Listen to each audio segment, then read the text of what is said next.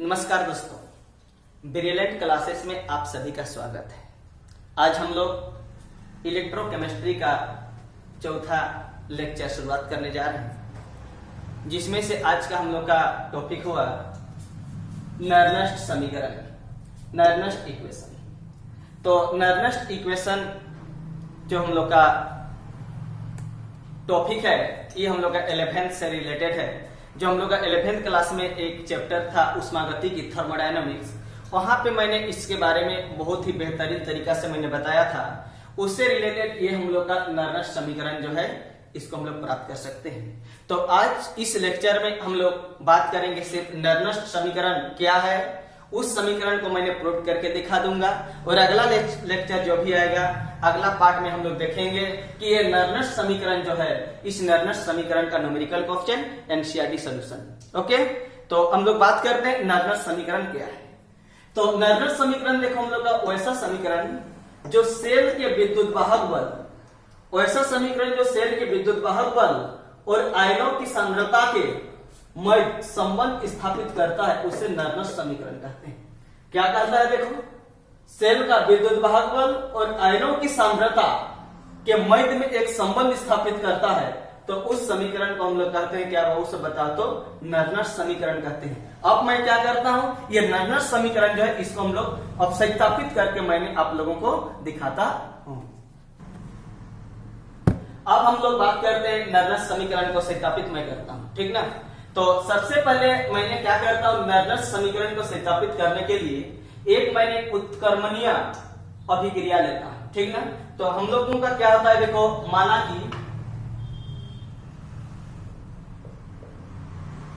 माना कि सेल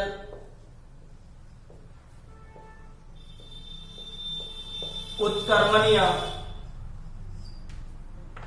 अभिक्रिया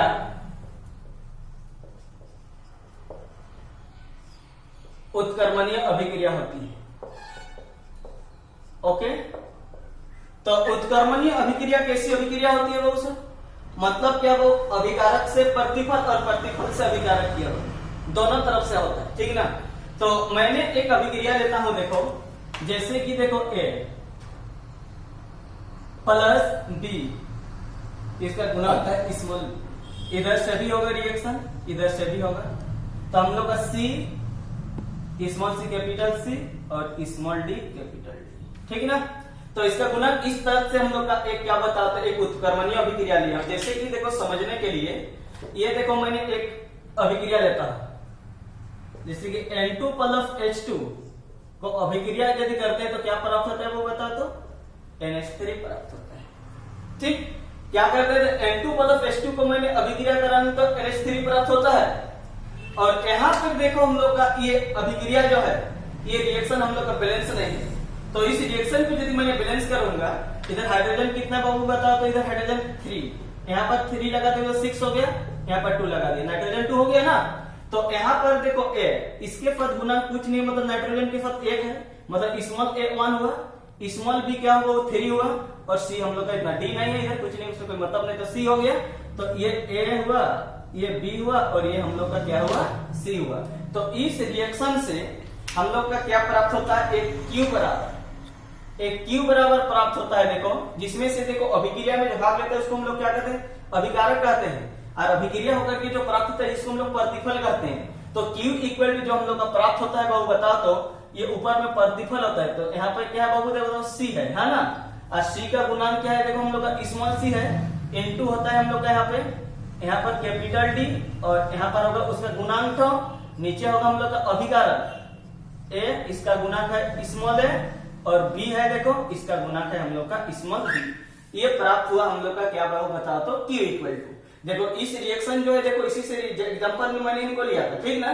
तो यहाँ पर देखो ये वाला अभिकारक, ये वाला प्रतिफल, तो ये हम लोग का C जो गुणांक के रूप में जो आता है ना, अभिकारक में और प्रतिफल में, ये सब हम लोग का इस कंडीशन पर लिया जाता है। यदि इस रिएक्शन से मैंने ऐसा यदि डिनोट करना चाहूंगा, तो हम लोग का क्या प्राप्त होगा बता तो Q इक्वल टू क्या होगा, देखो यहाँ पर अभिकारक मतलब प्रतिफल पहले होता है, तो प्रतिफल में क्या है देखो NH3 है, इसका गुणांक क्या है हम लोग का 2 है, तो यहाँ पर 2 हो जाएगा, D नहीं है कोई बात नहीं है। नीचे क्या होगा हम लोग का अभिकारक, अभिकारक में क्या N2, इसका गुणांक कुछ नहीं मतलब 1 है, और यहाँ पर क्या है बताओ तो H2, इसका गुणांक कितना है हम लोग का 3।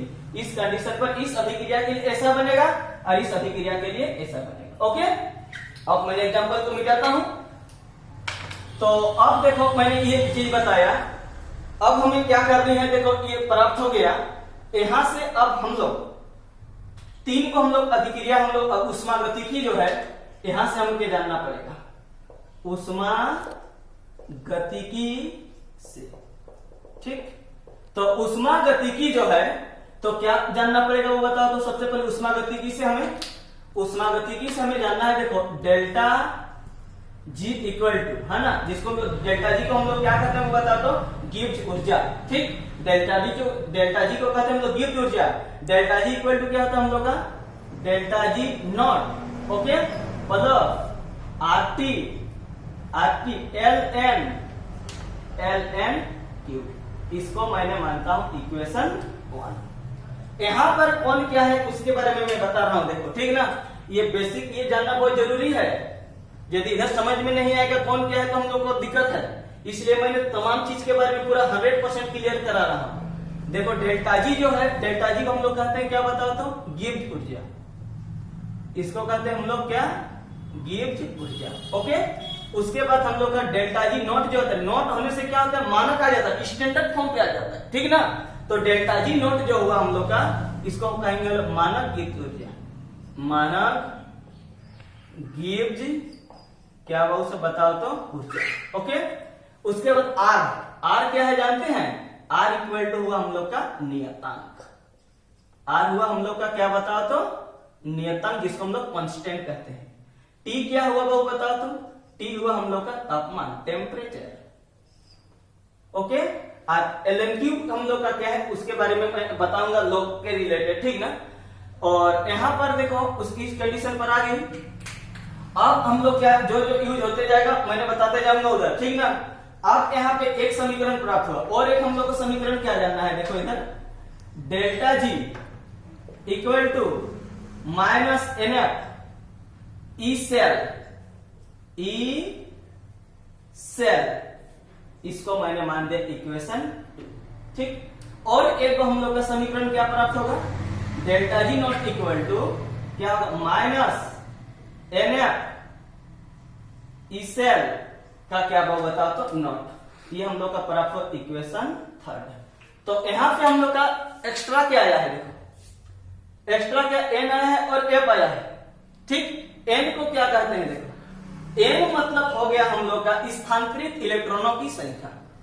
एन क्या हुआ हम लोग का, स्थानांतरित इलेक्ट्रॉनों की संख्या। एफ क्या हुआ हम लोग का, फैराड। और एक फैराड बराबर कितना आप जानते हो, 96,500 कूलम। एक faraday equal to, special faraday का एक क्लास लूंगा मैं। ठीक ना, फैराडे क्या चीज है उसके बारे में। और उसके बाद देखो हम लोग का क्या प्राप्त हो, ईसेल। ईसेल क्या चीज होता है, ईसेल होता है हम लोग का सेल विभव, जो हम लोग लास्ट क्लास में बात किए थे, सेल विभव। उसके बाद हम लोग ईसेल नॉट, ईसेल नॉट होगा हम लोग का मानक सेल विभव, मानक सेल विभव। ओके, देखो इतना सारा चीज हम लोग यहां पर बात की। अब मैं बात करता हूं लॉग का रिलेटेड। ठीक ना, कि लॉग एलएनक्यू जो है, एलएनक्यू के लिए देखो हम लोगों का और एक चीज को बता लेता हूं। डेल्टा जी का जो बात हो गया तो मैं ये चीज बताइए क्लियर कर देता हूं। ठीक ना, कि डेल्टा जी का वैल्यू, चलो इसे बताता हूं। डेल्टा जी का बात आया तो 11th में इसे मैंने बताया, डेल्टा जी जो है ना, डेल्टा जी का मान यदि क्या बहु बताओ तो 0 प्राप्त होता है। ठीक, तो 0 कब प्राप्त होता है, जब ये क्या बताओ तो हम लोग का साम्य अवस्था में होता है। जब क्या होता है, साम्य अवस्था में होता है। जब डेल्टा जी का वैल्यू क्या वो माइनस में आता है, ऋणात्मक मान प्राप्त होता है।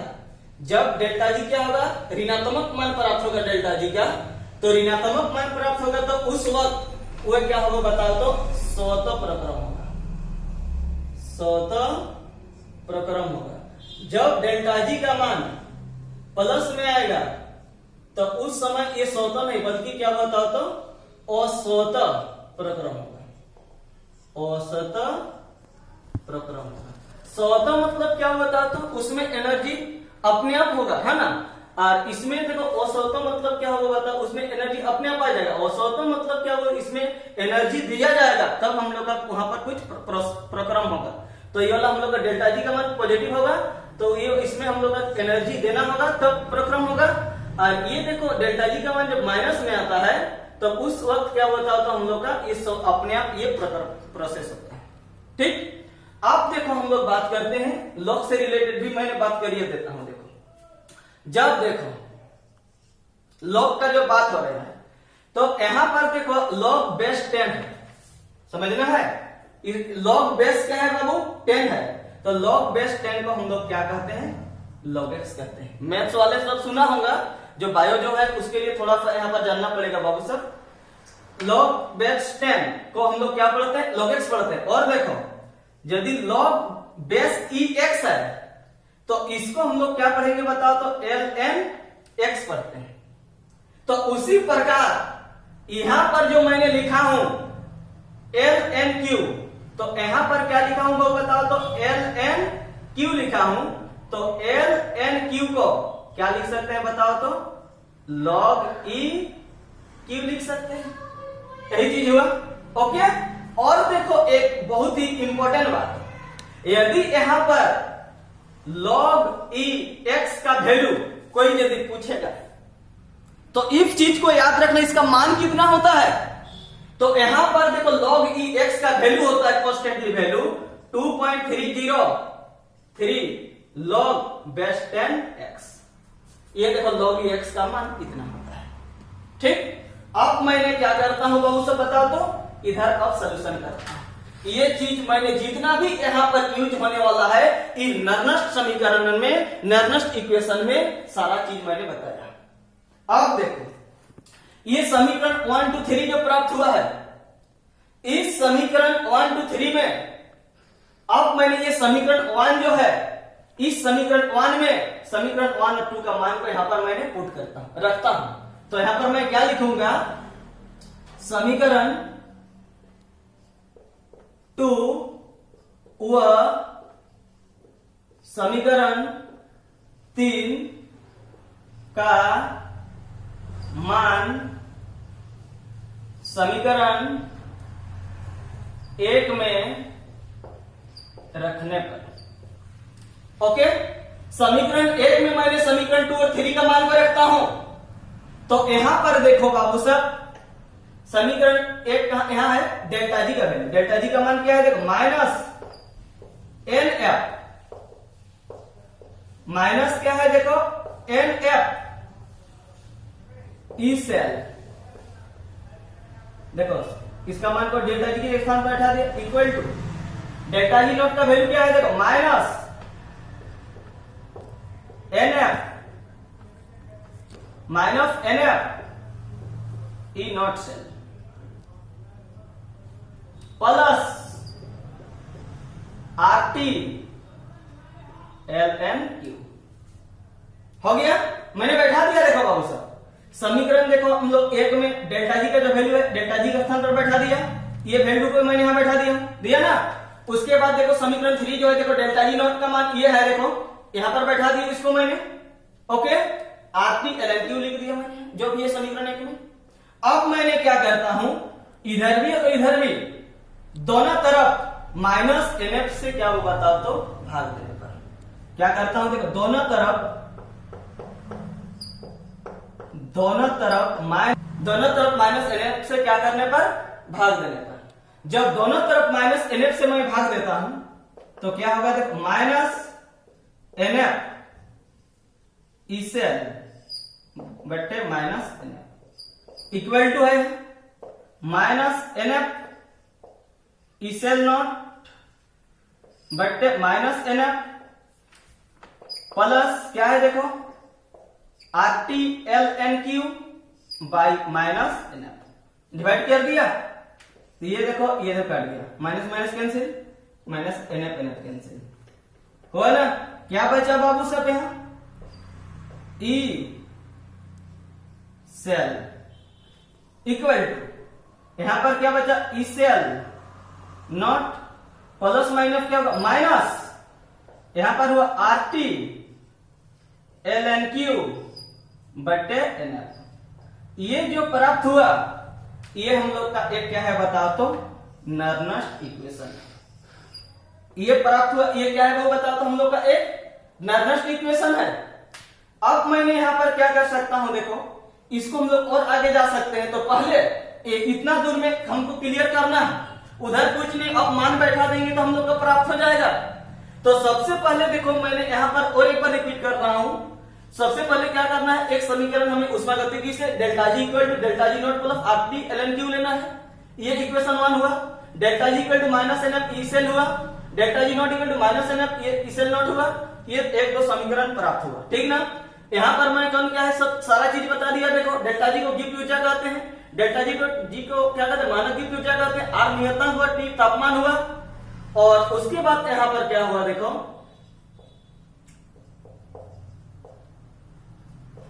आर नियतांक, टी तापमान, एन स्थानांतरित इलेक्ट्रॉनों की संख्या।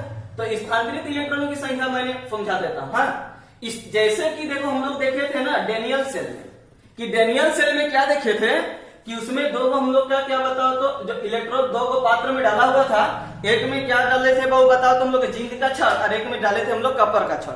जिसमें से जिंक क्या करता है, 2 इलेक्ट्रॉन को क्या करता है, दान करता है, और कॉपर 2 इलेक्ट्रॉन को ग्रहण करता है। तो कितना इलेक्ट्रॉन का दान कर रहा है वो बताओ तो, स्थानांतरित कितना इलेक्ट्रॉन का हो रही है, 2 इलेक्ट्रॉन का हो रहा है। तो एन बराबर उस कंडीशन पर हम लोग का 2 होता। तो अलग अलग अभिक्रिया में अलग अलग एन का मान हमें प्राप्त होगी, ठीक ना। तो ये चीज हो गया, ये इतना। उसके बाद मैं क्या किया हूं, समीकरण 2 और 3 का मान जो है समीकरण 1 में बैठा दिया। उसके बाद देखो यहाँ पर बैठाने के बाद देखो ये देखो समीकरण डेल्टा जी का जो वैल्यू है यहाँ पर बैठा दिए, देखो ये चीज को मैं। उसके बाद डेल्टा जी नोट का वैल्यू को यहाँ पर बैठा दिया मैंने, और ये R T L N Q है, ओके।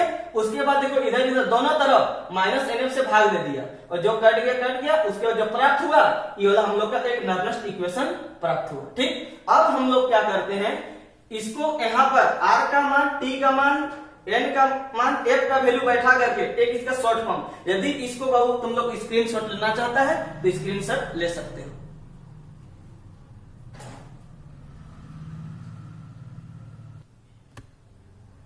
अब मैं क्या करता हूं, ये जो हम लोग का इसेल जो प्राप्त हुआ है यहाँ पे और मैं मान बैठाता हूं। देखो जैसे कि देखो ई सेल इक्वल टू क्या हुआ है हम लोग का बाबू साहब, E cell naught minus R T. R का वैल्यू कितना होता है जानना। आर हम लोग का क्या है वो बता दो। आर क्या है, देखो क्या लिख दिया हूं मैंने, नियतांक, कांस्टेंट है। तो आर का वैल्यू हम लोग का कांस्टेंट होगा, कितना होता है 0.0821। ये किसका मान है हम लोग का बताओ तो, आर का वैल्यू हुआ, ठीक। उसके बाद हम लोग किसका मान बैठाना है, टी। टी मतलब क्या, वो टेम्परेचर, तापमान। तो स्टैंडर्ड फॉर्म पर टी का वैल्यू हम लोग का कितना है, 200 कितना 200 के 98 केल्विन होता है ना। इसलिए वो हम लोग का टी का वैल्यू। आज लॉग को मैंने कन्वर्ट यदि करता हूं, लॉग को मैं क्या करता हूं, कन्वर्ट करता हूं क्या मैं, ये देखो ln क्यूब इतना हुआ तो ln x इक्वल टू इतना हुआ। जब इसको हम लोग इस कंडीशन को हम लोग इसका मान कितना जानते हैं वो बताओ तो यहाँ पर देखो ln क्यूब को हम लोग ऐसा लिख सकते हैं। तो यहाँ पर क्या होगा देखो, log e क्यूब का मान हम लोग जानेंगे तो 2.303, और यहाँ पर हम लोग का क्या होगा log 10 बेस, मतलब log बेस 10 क्यूब, ठीक। तो यहाँ पर क्या होगा देखो, इतना इंटू ln क्यूब को जो इस फॉर्म पर बदला जाएगा कितना 2.303, और यहाँ पर क्या होगा log बेस 10 क्यूब बाई। उसके बाद क्या एन एफ। एन तो देखो हम लोग का अलग अलग रिएक्शन पर, अलग अलग अभिक्रिया में अलग अलग एन का मान हो सकता है, ठीक ना। इसलिए एन के स्थान पर मैं क्या करता हूं, एन को रहने देता हूं, और एफ का मान हम लोग जानते हैं कि 1 थायराइड इक्वल टू क्या होता है वो बता दो, 96,500 कूलम होता है, ठीक। तो यहाँ पर मैं क्या करता हूँ, 96,500 कूलम बैठा दिया। जब क्या करेंगे, इनको इतना दूर को जब सोल्यूशन किया जाएगा, हाँ, जब इनको तीनों को हम लोग इनटू करके इससे डिवाइड करेंगे तो हम लोगों का जो प्राप्त होगा, क्या प्राप्त होगा वो बताओ तो, ई सेल बराबर ई सेल नॉट माइनस यहाँ पर इसको क्या इंटू करके जब डिवाइड करेंगे तो प्राप्त होगा 0.0591 बाई n, और इधर हो जाएगा हम लोग log बेस 10 क्यू। ये जो हम लोग का प्राप्त हुआ, इस इक्वेशन को हम लोग कहते हैं क्या बताओ तो, नर्नस्ट इक्वेशन। ओके, इसको हम लोग लिख देना। अतः यह अभीष्ट नर्नस्ट समीकरण है। ओके